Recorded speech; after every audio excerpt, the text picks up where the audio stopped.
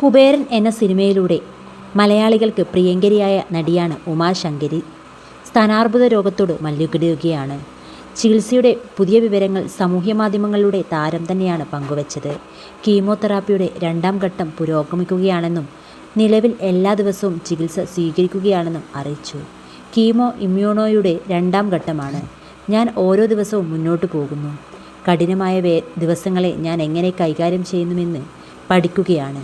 എനിക്ക് ശക്തി തോന്നുന്ന ദിവസങ്ങൾ ആഘോഷിക്കുകയും എപ്പോഴും എന്നോടൊപ്പം നിന്ന എൻ്റെ കുടുംബത്തിനും സ്നേഹത്തിനും പിന്തുണയ്ക്കും എൻ്റെ ആരാധകർക്കും നന്ദി. ഞാൻ എൻ്റെ ഭാഗം ചെയ്യുന്നു, സുഖം പ്രാപിക്കുന്നു, ഒപ്പം പുരോഗതിയിൽ ശ്രദ്ധയൂന്നുന്നു. പുരോഗതി പരിപൂർണമല്ല, പക്ഷേ അത് യാഥാർത്ഥ്യമാണ്. നടിയുടെ വാക്കുകൾ. തമിഴ്, തെലുങ്ക് സിനിമകളിലൂടെ ശ്രദ്ധ നേടിയ ഉമാശങ്കരി ദിലീപ് നായകനായ കുബേരൻ എന്ന ചിത്രത്തിലൂടെയാണ് മലയാളി പ്രേക്ഷകർക്ക് പ്രിയങ്കരിയായി മാറുന്നത്. തുടർന്ന് വസന്തമല്ലിക, സാഫല്യം, ഈ സ്നേഹതീരത്ത് തുടങ്ങിയ മലയാള ചിത്രങ്ങളിലും ശ്രദ്ധേയമായ വേഷങ്ങളിലെത്തിയിരുന്നു. വിവാഹശേഷം അഭിനയ രംഗത്ത് നിന്ന് വിട്ടുനിന്ന താരം ഈ വർഷം ജൂണിലാണ് തൻ്റെ ആരോഗ്യനിലയെക്കുറിച്ചുള്ള വിവരം പ്രേക്ഷകരുമായി പങ്കുവച്ചത്.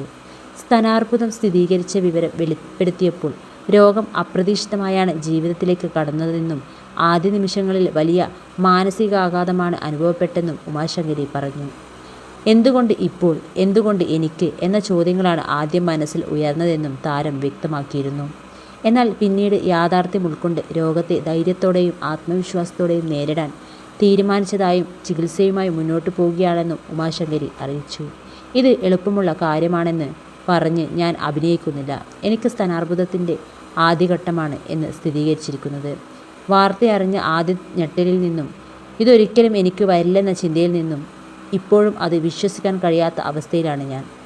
ഇത് താങ്ങാൻ പറ്റുന്നതിലും അപ്പുറമാണ്. ഉൾക്കൊള്ളാൻ ഒട്ടും കഴിയുന്നില്ല.